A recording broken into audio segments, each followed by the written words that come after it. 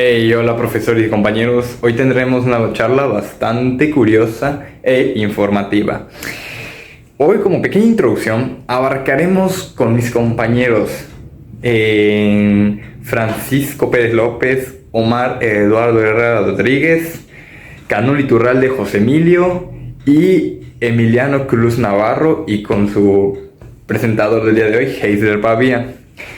Abarcaremos temas bastante interesantes que es bueno saber y que la verdad son muy necesarios para los momentos al momento de tener una cierta ocasión. ¿De qué estamos hablando? De la sexualidad. Nos aventaremos unas cuantas creencias, costumbres, hechos, cosas así, y algunos temas bastante importantes que son comunes al día de hoy. Como un eslogan para poder tener en claro las cosas, mantenerte informado también es saber cuidarte. Todos tenemos que tener cuidado. No es simplemente decir que las cosas se aprenden en base a la experiencia. Muchas veces sí, pero en esos casos, cuando son temas demasiado sensibles, no es lo recomendable. Sin más que decir, comencemos con las breves explicaciones y un poquito de lo que es. La ciudadanía sexual es el derecho a decidir sobre el propio cuerpo y que el Estado respete todas las identidades. La ciudadanía íntima es el control personal sobre los sentimientos, las relaciones y el cuidado de la vida privada. Oportunidades: 1. Información en redes sociales. 2. Liderazgo juvenil. 3. Nuevas masculinidades. 4. Leyes más inclusivas. Y 5. Enfoque en el bienestar.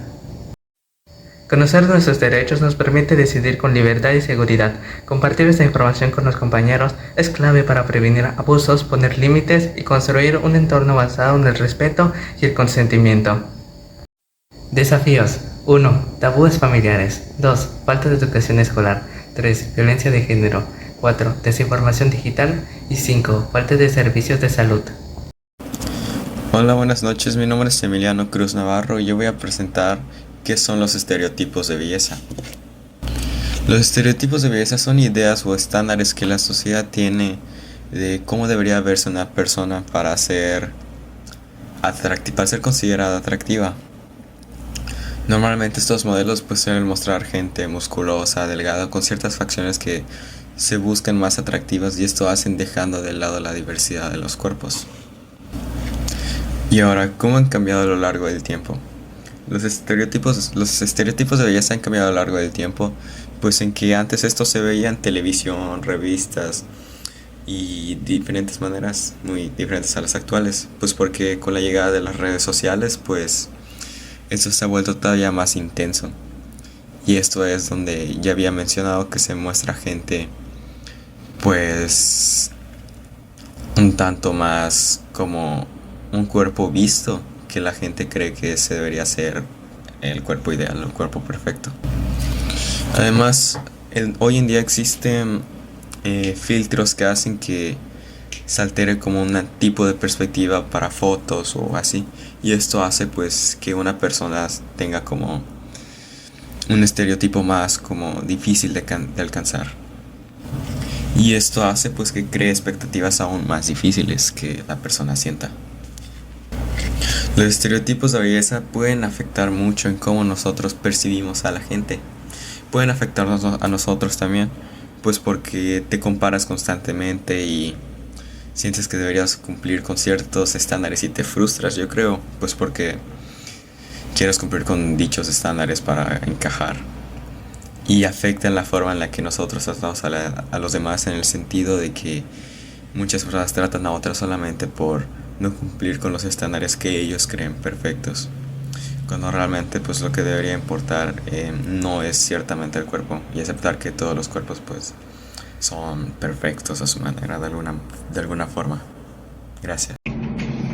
Como ejemplo de cómo impactan a las personas, podríamos mencionar el desarrollo de trastornos de conducta alimentaria, la obsesión por dietas y por la pérdida de peso o algún cambio físico forzado, que pues también podría derivar de aquello la dismorfia corporal, que pues esta hace que te obliga a percibir algunas cosas de tu persona, físicas, que pues normalmente las demás personas no tienen en cuenta.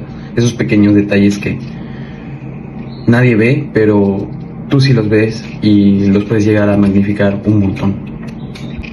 De igual tener una baja autoestima, porque pues al estarte comparando constantemente con estándares ridículos, imposibles, pues la misma se puede ver afectada. Y gastos económicos excesivos, porque al querer cambiar este aspecto físico, pues normalmente pues se invierte demasiado dinero precisamente en procesos quirúrgicos o algunos tratamientos, ciertos tipos de dietas, entre otras cosas. Así como también el aislamiento social y la depresión, porque pues precisamente por esa ansiedad de estarte comparando constantemente, pues puede que igual te puedas llegar a aislar un poco por precisamente el miedo a ser juzgado. Igual podríamos mencionar ejemplos de cómo influye los medios y plataformas digitales, como lo podrían ser el uso de filtros en redes sociales, los cuales nos muestran a los demás una versión alterada de nuestro físico, la cual no existe.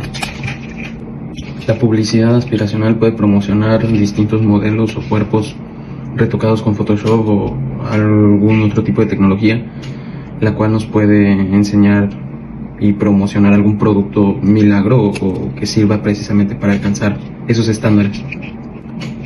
Igual los algoritmos de las redes sociales pueden llegar a priorizar a aquellas personas que cumplen con estos cánones de belleza y su contenido, y minimizar a aquellos que muestran la diversidad real. Igual la cultura del like, la cual prácticamente es la que muestra y nos proporciona, por decir, el pensamiento de la validación a través de la opinión pública exterior hacia aquel contenido que podemos llegar a publicar, ya sea de nosotros mismos o de distintos aspectos de nuestra vida, no necesariamente sobre nuestro físico. De igual forma, derivado de esto, podemos mencionar el estilo de vida, que en algunas ocasiones nos puede mostrar distintos tipos de figuras públicas o personas en redes sociales, las cuales pues nos muestran rutinas que son, por decir, un poco ridículas o inalcanzables, las cuales, por decir, nos hacen ver de forma difícil el tener buenos hábitos o llegar a ser como ellos. Mi nombre es Omar Eduardo Herrera Rodríguez y hoy les voy a hablar sobre género y sexualidad, desmintiendo creencias. El género es la forma en que la sociedad define cómo deben comportarse las personas, mientras que la sexualidad es la manera en que cada persona vive sus emociones, su identidad y sus relaciones. Ambos están relacionados porque el género puede influir en cómo una persona expresa su sexualidad, pero no son lo mismo.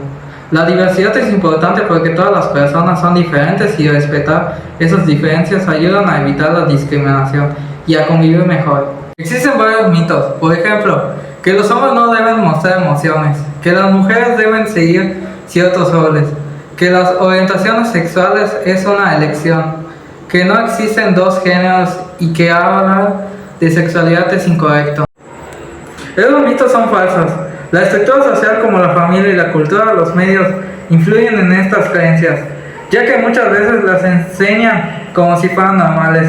Por eso es importante informarnos y respetar la diversidad. Hola, soy Isler y hoy voy a hablar de la educación integral en la sexualidad. ¿Qué es esto? La educación sexual integral es más bien un proceso para conocernos a nosotros mismos. Nos ayuda a entender nuestro cuerpo como tal, nuestras emociones y nuestras relaciones. Es un claro ejemplo para la toma de decisiones responsables y respetuosas a largo plazo. Se basa en 3 dimensiones. Una de las principales es la biología, que incluye el funcionamiento del cuerpo humano, las partes que lo componen, etc. La segunda viene siendo la psicológica, que abarca las emociones en una relación y sus sentimientos. Y como la tercera, la más poderosa, la social. ¿Qué tiene que ver esta? Que tiene que ver con los valores y respeto en la convivencia que tenemos entre otras personas. Porque esta tercera es bastante importante muchas veces por ejemplo, en la expresión social sobre tener una relación o etcétera. Y es importante permitir prevenir riesgos como embarazos no planeados o enfermedades, pero también ayuda a desarrollar respeto, autoestima y relaciones sanas. Tener acceso a estas informaciones es muy necesario a veces. Es confiable, evita la desinformación y permite tomar mejores decisiones. Algunas instituciones a las que se les puede acudir de forma gratuita y son organizaciones comunitarias muchas veces. En plataformas digitales igual, que es una sección demasiado fuerte actualmente, siglo XXI, ya que algunas instituciones en las que se pueden acudir de forma presencial igual son centros de salud, hospitales públicos, escuelas y organizaciones comunitarias, como repito. Y en las plataformas digitales se pueden consultar información en páginas muy confiables en caso de que estén verificadas. O como las organizaciones mundiales de la salud, el Instituto Mexicano del Seguro Social, el Gobierno de México y el Fondo de Población de las Naciones Unidas.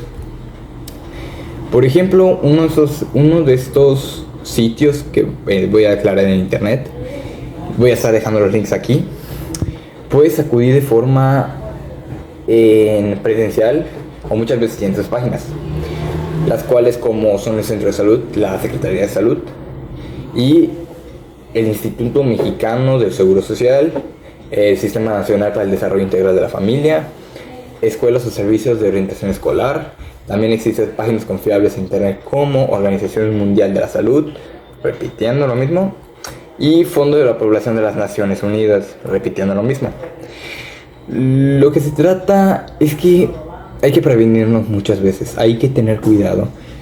Muchas veces es importante tener en cuenta todo esto porque aventarse a lo desconocido muchas veces no es bueno. Y descubrirlo a la mala tampoco, porque hay experiencias que muchas veces no se quieren recordar y preferimos dejarlas en el pasado, cosas que muchas veces no es lo correcto y hay que aprender de ello y saber controlarlo, porque si no tenemos control sobre ello podemos llegar a hacer cosas que muchas veces no queremos o llegamos a arrepentirnos. Gracias.